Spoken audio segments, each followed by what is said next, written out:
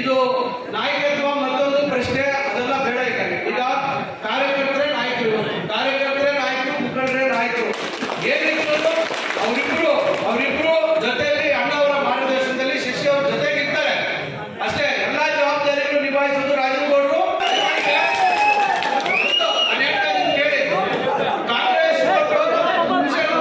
ಕಾಂಗ್ರೆಸ್ ಛಿದ್ರ ಆಗಿದೆ. ಇಬ್ರು ಒಟ್ಟಿಗೆ ಸೇರಿದ್ರೆ ನಾವು ಬಲ ಆಗೋದು. ದಯವಿಟ್ಟು ತಾವು ಗಮನದಲ್ಲಿ ಇಟ್ಕೊಳ್ಳಿ. ಇಬ್ರು ಮತ್ತೊಂದು ಪಡೆಯೋದು ಬೇಡ. ಈಗ ಕಾರ್ಯಕರ್ತರು ಇವತ್ತು ಇಲ್ಲಿ ಉಳಿಬೇಕಾಗತ್ತೆ. ಇಲ್ಲಿ ಬೇರೆ ಪಕ್ಷದ ಶಾಸಕರಿದ್ದಾರೆ. ಇವತ್ತು ನನಗೂ ಜಿಲ್ಲಾ ಮಂತ್ರಿಯಾಗಿ ನನಗೂ ಬಹಳ ಕಷ್ಟ ಆಗುತ್ತೆ, ನನಗೂ ಬಹಳ ಆಗುತ್ತೆ. ಇವತ್ತು ಪಕ್ಷದ ಕಾರ್ಯಕರ್ತರನ್ನ ಚಂದ್ರಶೇಖರ್ ಅವರ ಸಮ್ಮುಖದಲ್ಲಿ ಅವರಿಬ್ಬರು ತಮ್ಮ ಭಿನ್ನಾಭಿಪ್ರಾಯಗಳನ್ನ ಬಿಟ್ಟು ಕಾಂಗ್ರೆಸ್ ಪಕ್ಷ ಉಳಿಬೇಕು ಅಂತಕ್ಕಂಥದ್ದು ಈಗ ನಮ್ಮೆಲ್ಲರ ಉದ್ದೇಶ. ಅದರಿಂದ ಶಶಿ ಅವರು ಹೇಳಿದ್ದು ಏನಂದ್ರೆ, ಭೀಮಣ್ಣಗೌಡ ಅವರು ಇಲ್ಲಿ ಅವ್ರ ಆರೋಗ್ಯ ಸರಿ ಇಲ್ಲ ಆಯ್ತಲ್ಲ.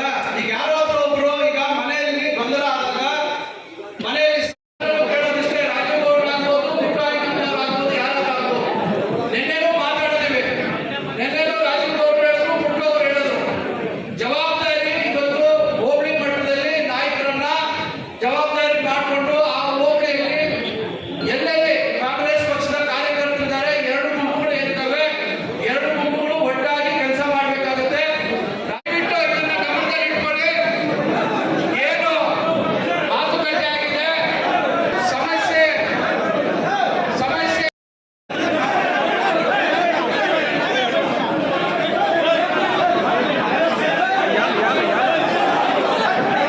ಡೈರೆಕ್ಷನ್ಸ್ ಕೊಟ್ಟಿದ್ವಿ ಹಾಗೂ ಇಬ್ಬರು ಜೊತೆ ರೀತಿಗಳು ಕೂಡ ಅವರ ಆಶ್ವಾಸನೆ ಕೊಟ್ಟಿದ್ದಾರೆ.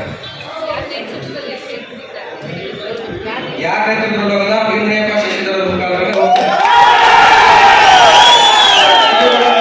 ನಾವು ಅದನ್ನು ಸರಿ ಮಾಡಬೇಕು ಅನ್ನೋ ಉದ್ದೇಶದಿಂದ ಎಲ್ಲ ಸೇರಿದ್ದೇನೆ. ಕಾರ್ಯಕರ್ತರನ್ನ ನಾವು ಉಳಿಸ್ಕೊಂಡು ಹೋಗ್ಬೇಕು, ನಮ್ಮ ಜವಾಬ್ದಾರಿ.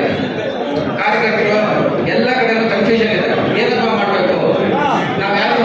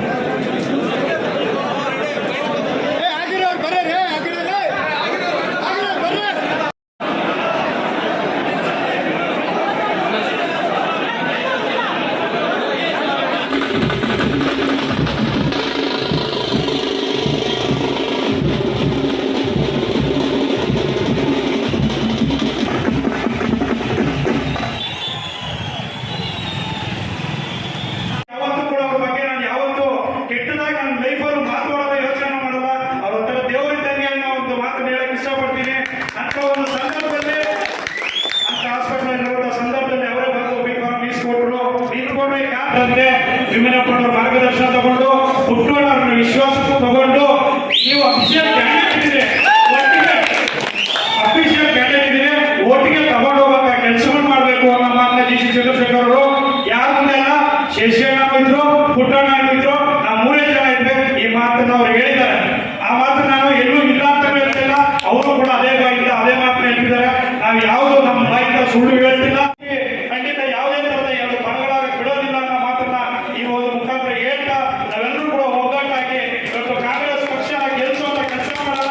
ಏನೇ ಆಗಲಿ ಗೌತಮ್ ಅವರು ಇವತ್ತು ನಮ್ಮ ಕೋಲಾರ ಲೋಕಸಭಾ ಕ್ಷೇತ್ರದಲ್ಲಿ ಅತಿ ಹೆಚ್ಚಿನ ಮತಗಳ ಅಂತರದಿಂದ ಗೆಲ್ಲಬೇಕು.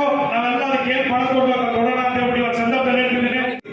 ನಮ್ಗೆ ಯಾವತ್ತೂ ಸಹ ನಾವು 1 ಸಲ 2 ಸಲ ಶಶಿಧರ್ ಮುನಿಯಪ್ಪನ ಭೇಟಿ ಮಾಡಿದ್ವಿ. ಇತ್ತೀಚೆಗೆ ಒಂದು 2-3 ದಿನದಿಂದ ಭೇಟಿ ಮಾಡಿದ್ವಿ.